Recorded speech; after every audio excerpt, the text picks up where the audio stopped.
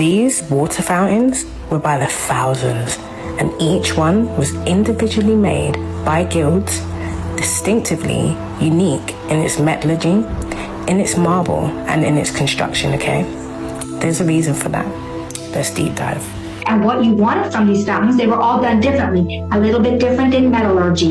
Some of them were encrusted with jewels. These water fountains restructured water itself. I want to keep my population healthy. I'm going to put in 1,000 water fountains.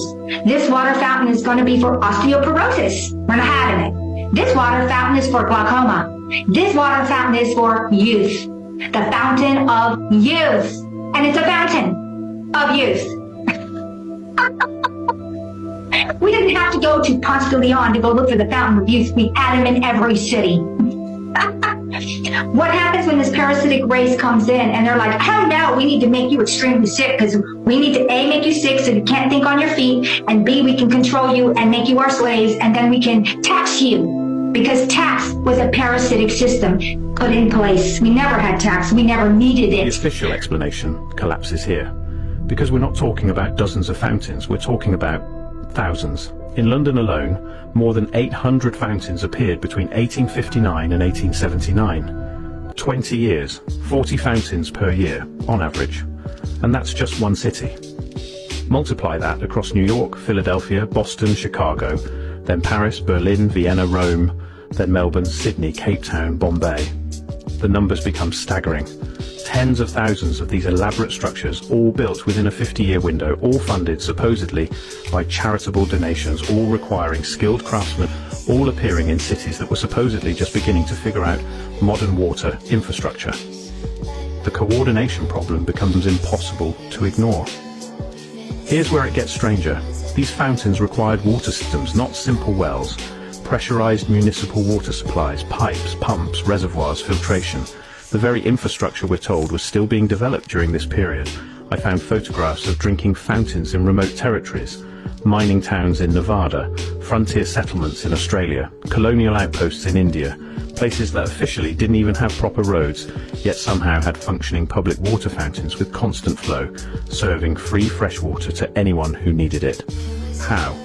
Not why, not when, not under which municipal authority, but how?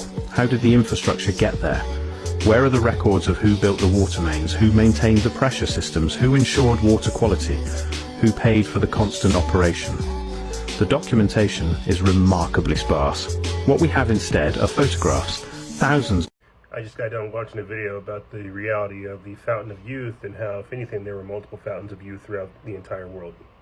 It's the previous video after this. I would highly recommend you guys go take a look at it. Because what this ends up making me think about is demons being parasites.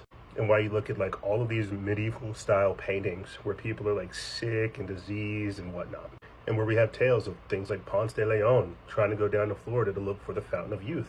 It's like, why was humanity plagued to a point to where we would need multiple fountains throughout the entire world to literally rid people of illness and disease? What in God's name caused the entire population to be riddled with disease to where they would need multiple fountains? A fountain of youth, a fountain for osteoporosis, a fountain for purification of blood. And then I look at like how sick and diseased we are these days, and it makes sense. I mean, it makes perfect sense when you really think about it, that if aliens are parasites, then this like demonic invasions happened in our past before. You want to talk about like an alien invasion, like demons are the aliens.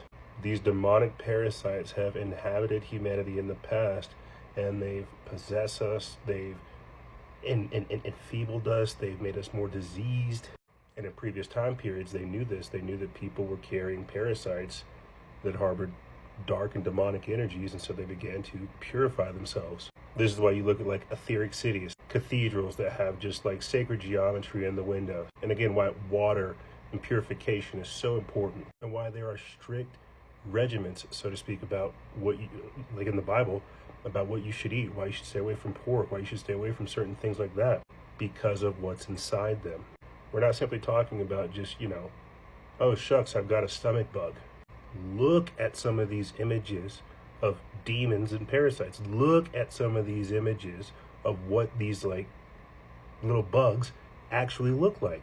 It was like an alternative history theory where they were like just looking at some of the architecture of the past and seeing some anomalous things, and one of the sculptures depicted a knight with what looked to be like some type of worm-like entity coming from either its chest or its belly. And in the FOJC radio episode on YouTube, they were doing like a whole little series where they were looking into Stargate, and they were doing like a deep dive on what the Goa'uld are. Like they're their own person, but they have like a whole nother species residing inside them. It is like a possessing entity. And what's so wild is like I was not thinking about this at all. These were not references that I thought of whenever I jumped into this video, but it makes perfect sense and is in total alignment with everything we've discussed so far. And what's so wild is like I was thinking about this earlier this morning on the hike. I was just like, man, you know, not that the carpets have to match the drapes, but that the internal has to match the external. And I mean that like in a spiritual sense. Like demons have to possess a body. You can see this in stuff like with The Exorcist, and it's not always like that, but they have to get inside the body and they have to destroy the mind and then destroy the body, because that's just where they feel comfortable. The demons have to express themselves physically, right? So interdimensionally, spiritually, they can inhabit people, and they have to physically express themselves. And unfortunately, this is like one of the reasons why you see a lot of the things going on in the body modification, grinder, biohacking community, right? These type of people are holding on to some crazy spirits, and they have to make themselves look like what they actually feel. And you hear them say this, they just want to express what their spirit feels like. 9 times out of 10, the spirit feels effing crazy, and we're just like, hey, you keep doing you. But to stay over here on topic with just, you know, the fountains of youth, humanity having these demonic parasites trying to gain a foothold here, and how it's much more sophisticated than we could ever comprehend. We don't really take our health serious. We don't take society serious. We don't take life serious. And as you've been following over here on the page, we need to take into consideration our multidimensional existence and awareness. We need to take that serious, because that's a whole different state of existence that requires curation and attendance. And so I think that these parasites are still with us. I think this is one of the reasons why they destroyed all the bells in the past. I think this is one of the reasons why we do have actual access to the fountain of youth, and why we are literally being ruled by like a pharmacological mafia that literally wants to envenom and enfeeble us and make us weak and infertile, because they see us as a food source. And as any parasitical type species would do, is they would put us to sleep, they would pacify us, they would make us numb, ignorant, unaware of their presence, right? It's like I remember hearing this quote years ago when referencing people like Carlos Castaneda.